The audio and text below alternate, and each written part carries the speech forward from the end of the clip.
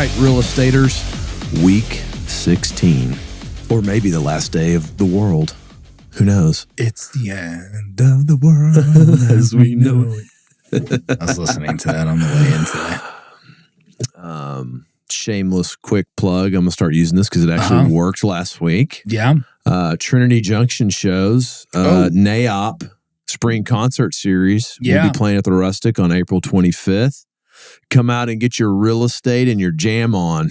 Same time. And then Saturday, May 11th at the Gastro Pub Park in Grand Prairie. So that's the second time you've played there, yeah? We've played there 3 or 4 times. Okay. So, well, I'm pumped for the NAOP event. Yeah. That's fun. That'll be fun. See all of our friends. It was fun. We played this past weekend, man, and we packed it out. Yeah. This packed house. It was fun. There we go. We jammed it out. Well, we're recording in our Finance Pros. Oh, that's right. Thank you to Hamilton Realty Finance. You made us official Patagonia vest wearing finance bros. So we're twinning out here. Thank you, Mr. Sikafus. Yeah, thank you, sir. So let's see. What do we got on the economic calendar this week? Not a ton. We've got initial jobless claims forecast. Can't talk today. Forecast is 215,000. Previous was 221. Up a little bit past the forecast last week. 210 was the forecast and 221 was the actual. And then you have core CPI coming out. Core CPI is all goods except for food and fuel because they're too volatile to put into it. So that looks like it's going to be up 0.3%, previously up 0.4%. So our new stat we're tracking is the debt. Debt went into $19 billion worth of debt again last week. It's not as bad as 70 from like 2 weeks ago. So that's 2 weeks a row of 19. I wonder if that's just a constant clip. So we'll track it here for a couple more weeks, and if it's constantly that, it'd be interesting to track it once they sign like some big bill that sends Ukraine $40 billion and see what happens. Just cover up a Pentagon hickey. Yeah.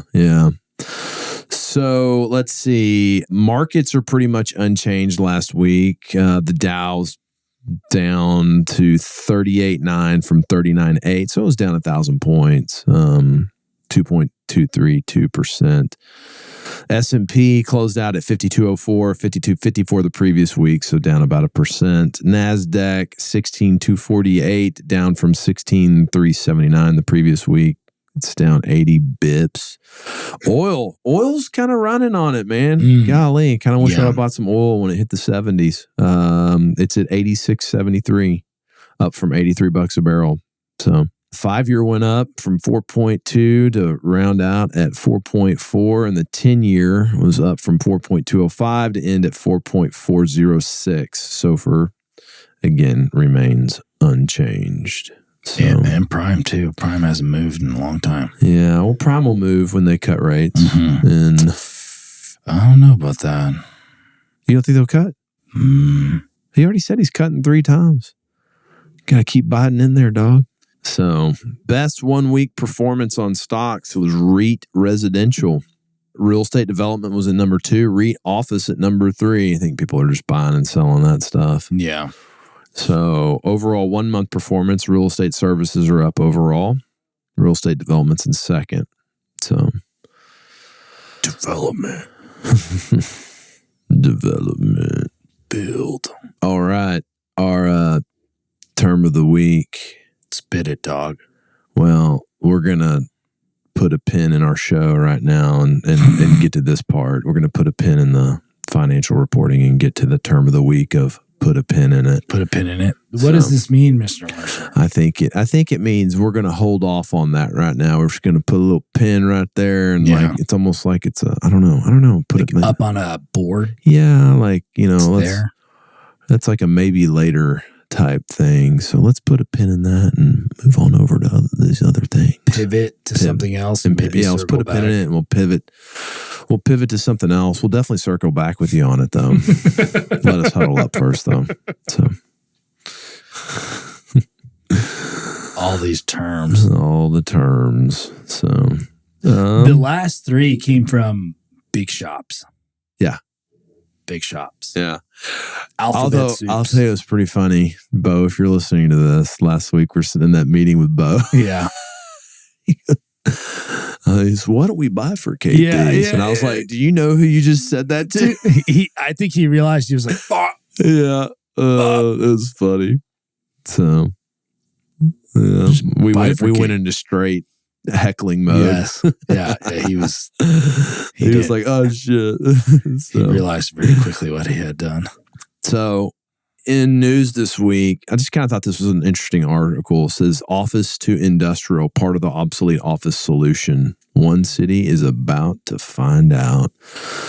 So there's a lot of these obsolete office buildings that are on decent tracts of land. Yeah. There's roughly 24 DFW empty office properties comprising 3.4 million square feet, or 1% of existing office inventory, that are good candidates based on vacancy rate, location, and age.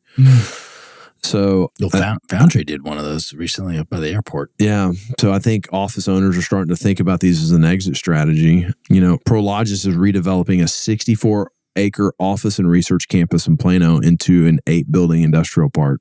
And Lovett Industrial and Rosewood Property Company just finalized a construction loan for a project that will cover a formal call center in Addison. It'll convert a formal call center in Addison to a 141,000 square foot warehouse. My boy Ben Wallace is going to be leasing that. Oh, yeah. Colliers. Yeah. So that, I mean, it makes sense if you can find the right piece of land.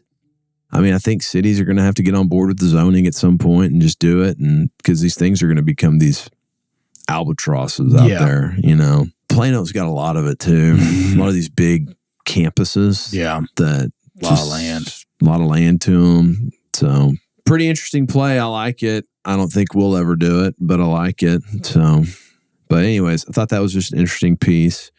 And then secondly, what else do we have on here? Bob Knakal is back. Yes.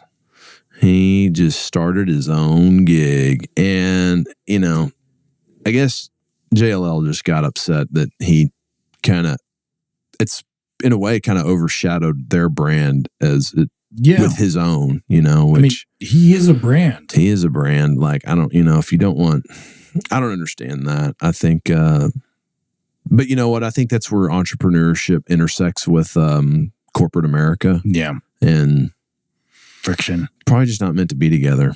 Yeah. So, well, that's a guy who was an entrepreneur and then sold out to corporate America. Not sold out, sold the business to corporate America and then did a corporate 10-year lap. And then probably was like, this doesn't fit me. The shake and bake, baby, is just not fitting.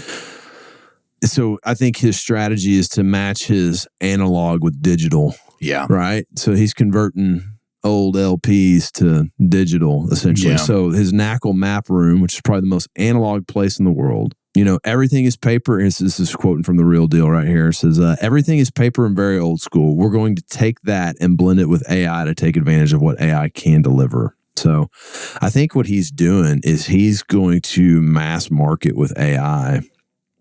And dude, what a savage. Yeah. So it's got to be really easy to build a database in New York because it's the grid system. Mm-hmm. It's just time. Yeah. It would be interesting to see what a real estate broker that's that disciplined with making calls can generate with AI as a tool to go with it. A lot. Like follow-ups, touches. Mm-hmm. So, you know, he's just going to be a boutique doing investment sales, debt and equity. Yeah. So it's amazing. Yeah. So back on it.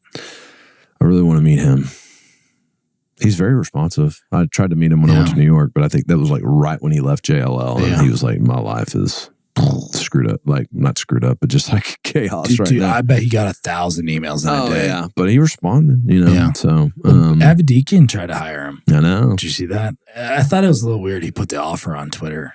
Did you see that? Oh, no. Avedikian? Yeah. He put the reason why I'm talking about is because like Brandon went on Twitter and then posted the offer he sent to Bob. Oh. I thought that was a little weird, but yeah, I don't know what the strategy was, or neither do I. I haven't asked him, but I got to get back on the Twitter, man. I haven't been on there for a while. Yeah, same. It's just time. So, but all in all, what do you got? Jamie Dimon warns U.S. might face interest rate spike. Oh, it could go the other way. He thinks it could go the other way? Chief executive warns that U.S. interest rates could soar to 8% or more in coming years, reflecting the risk that record high deficit and geopolitical stress will complicate the fight against inflation. Huge fiscal spending, the trillions needed each year for the green economy, the remilitarization of the world, and restructuring of global trade are all inflationary. Dimon said he's just, also, you have to remember he's a very cautious person. He controls the largest bank in the United States, one of the largest ones, if not the largest one in the world. So, you know, what he says probably is a big market mover, so he's got to watch. But he wrote a 61-page letter on the U.S. economy, remain resilient despite abundant skepticism by forecasts, including him. So he said such an outcome, referring to a soft landing, which implies that inflation quickly returns to the Fed's 2% target from higher levels now, is less likely than subdued bond yields and record stock indexes would seem to imply. These markets seem to be pricing in a 70 to 80% chance of soft landing. I believe the odds are a lot lower than that. I mean, I kind of feel like we're already soft landing. I don't know. I think it's just all just crisscrossed. I mean, but don't you feel like the real estate market's back on? Like, I don't think it's, I mean, it's on, but I don't think it's like, I mean, it's not like what we saw in 21, 22. Yeah. Or part of 20. Yeah. But, I mean, rates our leasing rates are holding firm. Yeah. You know, velocities, it's good. I mean, we get activity. Yeah. I mean, stuff's leasing. Yeah. It's not leasing like tomorrow, but at least next week. Yeah. But I don't know. It's just the debt thing with the U.S. economy. I think it's going to be really hard to go on a diet. Well, there's no intent to. I know. They don't have any interest in doing it. I think if we did, it'd probably kill us too. It's like kind of like when your grandpa's 90 years old and all he's been eating his Entenmann's and Marlboro Reds. Yeah, it's like and the doctor, you're like, he's got to stop that. And the doctor's like, no, don't do that. You're going to kill him. Like, I think it's like one of those deals. Yeah. don't let these debt drug addicts, don't stop the debt. Yeah. You're going to kill them. You're going to kill them. Yeah. That might be it. I don't know. Yeah, it could be. I don't know. It's just amazing to me that we give so many other things money besides our own country. Yeah, it's a weird deal. Does everybody else do that? Or was it just us? Like, does France and Germany, do they chip in on these things? They do, but I think it's like in a collective method via the EU. But yeah, not to the liberal extent that we do that. I don't mean liberal in a political manner. I mean liberal as in like just freely. So I think you do mean liberal in a political manner. I mean, people Freudian slip. Yeah. You know. So and then Blackstone is back on the real estate offensive with a $10 billion deal. They're buying AIR communities. It's the largest transaction in the multifamily market. God love them. Blackstone just out there being Blackstone. It's apartment income rate. They're just adding it to the tool belt with a cool fold it in. $10 billion purchase. You know, at that size, you have to start just getting capital allocated, right? Like, I mean, people are like, we have so much money, just get it somewhere. Get me a cost seg. Yeah. I was talking to Logan over at ML, and the idea of like buying good basis with longer term capital, he was just talking about how Blackstone is just doing that. He's like, they're just eating these 3 to 5, 6 year leases. And then when they stabilize in year 10, they've got core assets. Yeah. That are like stabilized in like 8.5, 9. Yeah. So if anybody out there wants to give us about $200 million, I'll go run that trap. We'll be in it for 10 to 15 years and we'll kill it. I don't even think you need to be in that long. I think if it's like you got a Walt of 5, you get in at 7. But here's the deal. These assets, they don't trade in the 6s. They all got 5 handles on them. So if you push up to a 9 and you come down to a 5 something, oh my gosh. Yeah. You know, it's just, Money train. Crush it. But yeah, that's their whole thing. I mean, imagine stabilizing. I would love to do it. I mean, I would love to just go buy those things. We've had our hands around the necks of a couple of them, but we just couldn't capitalize it because of the exit time frame. And it can jointly with the large checks they were. I mean, they're huge checks for us. Yeah. I mean, if it was a deal that we had found and we could syndicate it, well, we could get the numbers to pencil to what we do on most of our deals, then we wouldn't have a problem getting the money. Yeah. But just it's a little bit far out. Yeah. So but it's there. So yeah, Blackstone's back out. They're out of the box. Yeah. But that's about it right now. Well, should we put a pin in it and wrap it up? Put a pin in it. Yeah, I think we'll just put a pin in it right there and get ready to stare at the sun if there is, or stare at the lack of the sun. I think there's clouds too cloudy. Yeah, I think that's kind of what we're dealing with. Anyways, I'm sure this is like a commercial real estate holiday because of that, right? Yeah, something like that. All right. Well, we'll put a pin in it right there. Bye. We'll see you next week.